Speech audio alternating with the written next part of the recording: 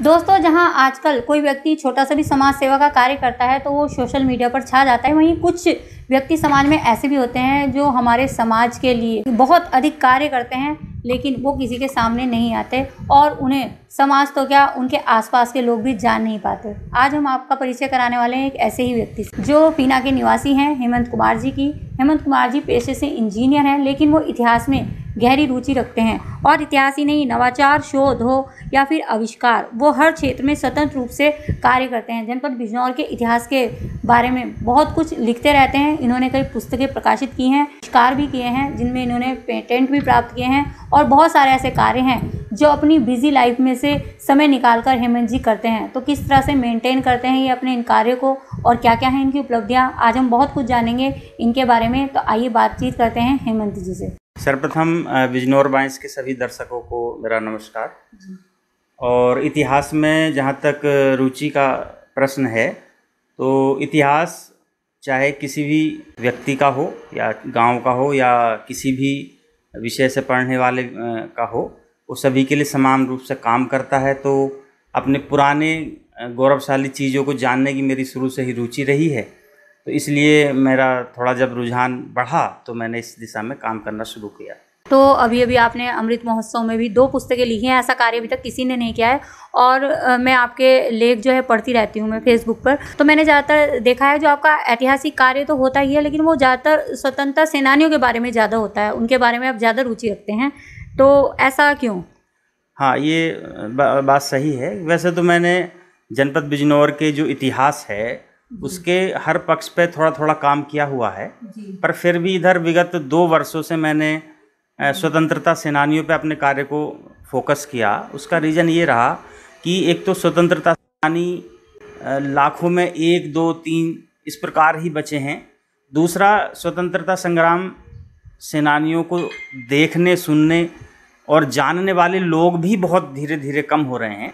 तो ऐसा मुझे ध्यान आया कि यदि इन 2-4 साल में हमने उनकी बातों को लिपिबद्ध नहीं किया, प्रकाशित नहीं किया, तो एक तो स्वतंत्रता सेनानी नहीं बचे हैं और दूसरा उनको देखने सुनने वाले लोग भी बहुत तेज़ी से दिवंगत हो रहे हैं। तो ऐसे में वो इतिहास पूर्णतः लुप्त हो जाता। इसलिए मैंने अपने विगत 2-3 साल बहुत ज़्यादा इस पर फोकस करके और सेनानियों से भी मैंने साक्षात्कार लिया और पुराने जिन लोगों ने उनको देखा, उनकी बातों को जानते सुनते रहे हैं, उनको कवर किया, उनसे साक्षात्कार लेके बहुत सारी चीज़ें लिपिबद्ध की और उसी का ये परिणाम रहा कि अमृत महोत्सव में मेरी 2 पुस्तकें प्रकाशित हुई हैं। उनमें एक पुस्तक ग्राम फीना के स्वतंत्रता संग्राम सेनानी और उनकी संघर्ष गाथा को इंडिया बुक ऑफ रिकॉर्ड में भी राष्ट्रीय स्तर पर स्थान मिला है। एक मेरी दूसरी पुस्तक अभी 16 अगस्त को विमोचन हुआ उसका, नूरपुर थाना तिरंगा केस के अमर बलिदानी परवीन सिंह और रिक्की सिंह, तो इन पर भी कोई पुस्तक नहीं लिखी हुई थी अभी तक। तो मेरा ये प्रयास था कि स्वतंत्रता सेनानियों पर अधिकतम अगर ये 2-4 साल में काम कर लेंगे तो वो बहुत बड़ी चीज़ संकलन हमारे सामने आ जाए। तो और क्या क्या अपने इतिहास कार्य में क्या क्या कर चुके हैं और आगे क्या योजना है? आप किस किस चीज़ का इतिहास आपने यहाँ पर कवर किया है? ये मूलतः मैं इतिहासकार तो नहीं हूँ, पर मेरी चूंकि गहन रुचि है, तो बिजनौर में जो भी ऐतिहासिक स्थल मिलता है या कोई ऐतिहासिक घटना का पता मुझे लगता है, तो मैं पुराने लोगों से संपर्क साध के और उनसे पुरानी चीज़ें निकाल के कुछ ना कुछ लिखता रहता हूँ अपने फेसबुक पे और कुछ लेख भी आते रहते हैं। और भविष्य में तो यही योजना है, यदि हम कर सके तो एक छोटी सी पुस्तक बिजनौर के इतिहास पे लिखने की मेरी योजना है जी। पर वो कब पूरा होगा, कैसे होगा, ये अभी नहीं कह सकते। सर, तो आपने 2 आविष्कार भी किए हैं और फेसबुक पे ही देखा था मैंने वो भी, तो आविष्कार में रुचि कैसे जागी और क्या है वो 2 आविष्कार? आविष्कार, हाँ, मेरे 2 आविष्कार जिनको पेटेंट मिला है, तो पहला आविष्कार पिछले साल हमें ग्रांट हुआ था जून 2021 में और उसका नाम है controlled water and air dispenser for indoor and outdoor plants. ये खासकर जो पौधों को हमें बार बार सिंचाई करनी पड़ती है और कभी कभी यदि हम बाहर चले गए घर से या किसी वजह से हम पौधों तक नहीं पहुंच पाए, तो पानी के अभाव में पौधे सूख जाते हैं, तो उनको ऑटोमेटिक पानी देने के लिए हमने ये आविष्कार किया था। इसमें एक पानी का टैंक है और एक नॉब लगी हुई है। पौधे की ज़रूरत के अनुसार हम उस नॉब को सेट कर देते हैं, जिससे ऑटोमेटिक पौधों की जड़ों में पानी जाने लगता है। तो इस प्रकार ये पहला हमारा एक आविष्कार था। और दूसरा आविष्कार जिसकी मैंने अभी जो है सूचना या उसकी जानकारी पब्लिकली ओपन नहीं की है, पहली बार इस मंच पे ही आपके बता रहा हूँ। अभी मुझे फ़िलहाल एक और अभी मेरे आविष्कार को ग्रांट मिला है, और ये है एडजस्टेबल माउथ ओपनिंग बार बेंडिंग की, इसका नाम है। और ये जो छतों में सरिया मोड़ी जाती है आरसीसी की स्लैब बनाते समय, इसमें सरिया को मोड़ने का एक ये टूल है जो सुरक्षित तरीके से सरिया को मोड़ सकता है। और अनेक प्रकार के जो डाई प्राय 6 mm, 8 mm, 10 mm, 12 mm और 16 mm के जो सरिया हम यूज करते हैं, उन सबको एक ही की से मोड़ने के लिए हमने ये उपकरण बनाया है, जिससे कारीगरों को सुविधा होगी। और डाई फिसलने के कारण जो पैर वगैरह में चोट लगने की संभावना बनी रहती है, उससे भी ये उपकरण बचाव में कारगर सिद्ध होगा। तो इस प्रकार 2 हमारे ये आविष्कार ग्रांट हुए हैं। जी। अच्छा सर, जैसे आप गवर्नमेंट जॉब में हैं, है ना, और आप इतिहास में भी रुचि रखते हैं, पुस्तकों का लेखन भी करते हैं, काफ़ी पुस्तकें आप लिख चुके हैं, और साथ ही आप आविष्कार भी कर चुके हैं, तो आविष्कार में भी काफ़ी टाइम देना होता है। तो ऐसे में आप टाइम मैनेजमेंट कैसे कर पाते हैं इन सब चीज़ों के लिए? जी, तो इसमें ये व्यवहारिक दिक्कतें आती हैं, सारे कार्यों को एडजस्ट करना, फिर अपनी सेवा को भी एडजस्ट करना। तो इसके लिए मैंने एक बाकायदा टाइम शेड्यूल अपना डेली रूटीन बनाया हुआ है। और ये जो कार्य जिसका हम जिक्र कर रहे हैं, ये 1-2 दिन या 1-2 साल के नहीं हैं। मैं लगभग 20 साल से इन विभिन्न क्षेत्रों में क्रियाशील हूँ, और थोड़ा थोड़ा करके मैं रोज़ करता हूँ। हाँ, टाइम मैनेजमेंट में जो हम यहाँ वहाँ या समय ख़राब करते हैं, उसको मैं सदुपयोग करने का प्रयास करता हूँ।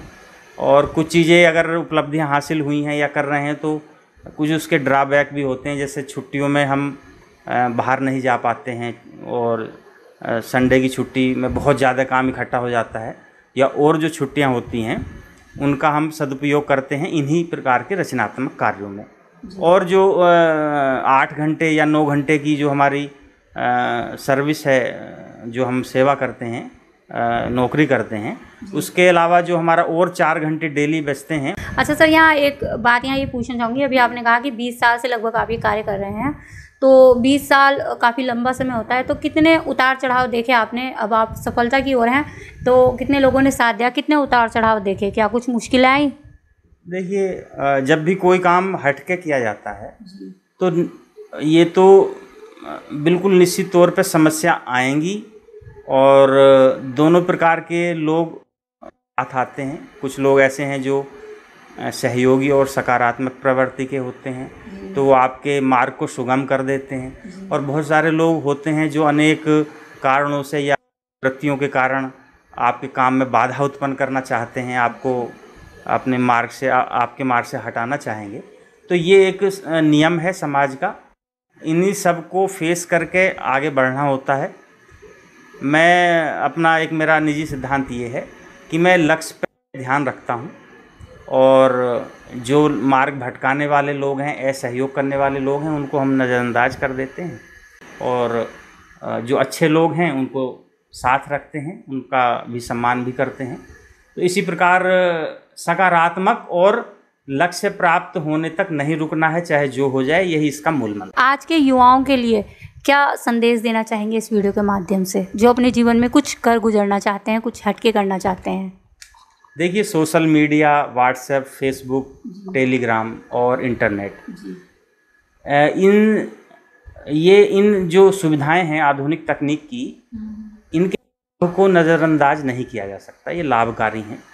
पर एक बात है कि अति हर चीज़ की बुरी है।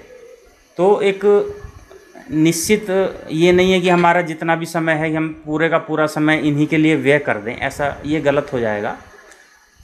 जितना हमसे लाभ हो सकता है इंटरनेट का, व्हाट्सएप का, फेसबुक का, हमें वो लाभ लेना चाहिए। और 1 घंटा 1.5 घंटा, इससे ज़्यादा मैं अपना पर्सनल बता रहा हूँ, कि मैं 1 घंटा इन सोशल मीडिया हो गया, चाहे व्हाट्सएप हो गया, फेसबुक, इंटरनेट, इन पे समय व्यतीत करता हूँ। और उसमें भी जो चीज़ हमारे लिए सहयोगी हैं, जो हमारे रचनात्मकता को बढ़ाती हैं या हमारे फैक्ट उपलब्ध कराती हैं, उनमें ही हम अपना समय व्यतीत करते हैं। और मेरा इसमें अपना अनुभव यही है कि अति हर चीज़ की बुरी है। 1 डेढ़ 2 घंटे से मेरा काम चल जाता है और मैं भी उसमें भी वही जो हमारे लिए फ़ायदेमंद है। तो इसमें युवा भी इस चीज़ का लाभ ले सकते हैं। उसमें बहुत ज़्यादा समय ना व्यतीत करके आवश्यक और जो ज़रूरी चीज़ें हैं उन पे वो खर्च करें और एक सीमित समय उस पर व्यतीत करें। तो दोस्तों, हमने आपकी बात कराई हेमंत जी से, और काफ़ी रूटीन में रहते हैं, अपना टाइम मैनेजमेंट सेट करके रख सकते हैं। और जहां कुछ लोगों को 24 घंटे दिन के कम लगते हैं, वो कहते हैं कि हमारे पास समय नहीं है। जिन लोगों का कहना ऐसा है कि हमारे पास समय नहीं है, उन सब के लिए प्रेरणा है हेमंत जी, जो अपनी जॉब को करते हुए इतने सारे कार्य एक साथ मैनेज करते हैं। सिर्फ वो इतिहास ही कवर नहीं कर रहे हैं, वो केवल शोध ही नहीं कर रहे हैं, बल्कि वो आविष्कार कर रहे हैं, पुस्तकें लिख रहे हैं और नए नए अचीवमेंट प्राप्त कर रहे हैं। तो बधाई के पात्र हैं हेमंत जी, और हम सब भी बधाई के पात्र हैं, क्योंकि हम सब के लिए गर्व की बात है कि हेमंत जी हमारे ज़िला बिजनौर के निवासी हैं। तो हमें ऐसे व्यक्तियों का सम्मान करना चाहिए, और मेरा कहना तो यह है कि उनके ग्रामवासियों क्या पूरे ज़िला बिजनौर को ऐसे व्यक्ति को जानना ही चाहिए।